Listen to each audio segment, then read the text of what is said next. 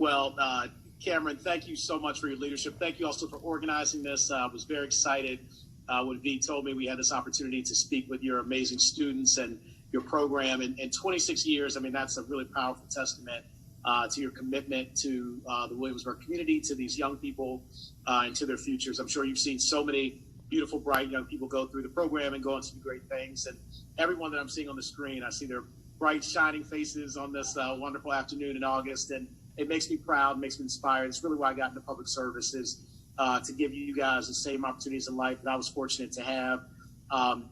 Hey, Diamond, how are you? Good. I have a couple of questions. Okay. Yes, ma'am. First one is, in your opinion, what's the most important topic you advocate for? Diamond, I'll make sure I can hear you. You say it again one more time. Okay. So in your opinion, what's the most important topic you advocate for? Yes. The most important topic I advocate for, I will have to go back to sort of my earlier answer, and it really is for young people. Because as Cameron, I think, just so eloquently, laid out, you guys are what it's all about. If we're doing the right things today, then the future that you all deserve is going to be possible. And that's really what this is all about. And you all are the leaders of today. I always say that the future is now, that you shouldn't wait and say, in 5 and 10 and 20 years, I want to do this or be this. It is very important to set goals, and that's critical. And I was actually going to, before we got off the call, ask each one of you to write down, what your top 3 goals are in life, and then just and to keep those with you. Because I did that at a young age. Someone had me do that. And when you look at that periodically, it reminds you of what you're doing and why you're doing it. It'll help kind of keep you motivated. But it really is about you all today. You're the leaders today that we need to step up and to lead this country. And, if you see the impact that young people are having on our elections, you see, obviously, the impact that young people are having in our schools. You guys are the topic of conversation for the entire country and really for the world, because we're trying to figure out the best way to give you the environment that you need to thrive and to succeed. And our country and our state and our Commonwealth can only succeed if you all are succeeding. Hey, Dad, no worries. My first question is, how did COVID-19 impact your life? It's a great question. And I think it's impacted my life probably in many of the same ways it's impacted everyone's life here, on the call. Obviously it was very, a scary time for everyone when this first started. We didn't know exactly, what this was and also how it was going to impact our communities and our families.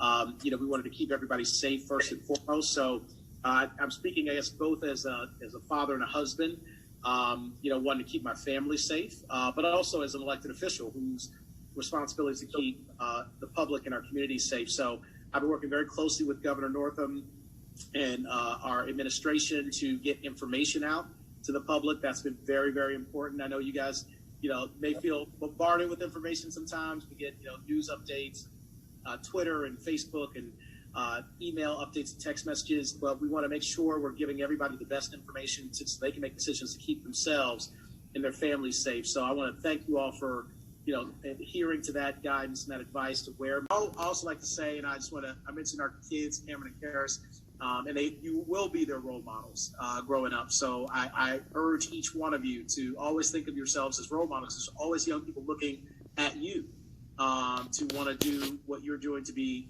who you're becoming. And I say, if you ever want to take care of somebody and show them that you really care about them, take care of their children. Because there's nothing more important to them in their life than their kids. So if someone invests and pours into someone's children, whether they be your own, youth in a community, they're showing you they care about you.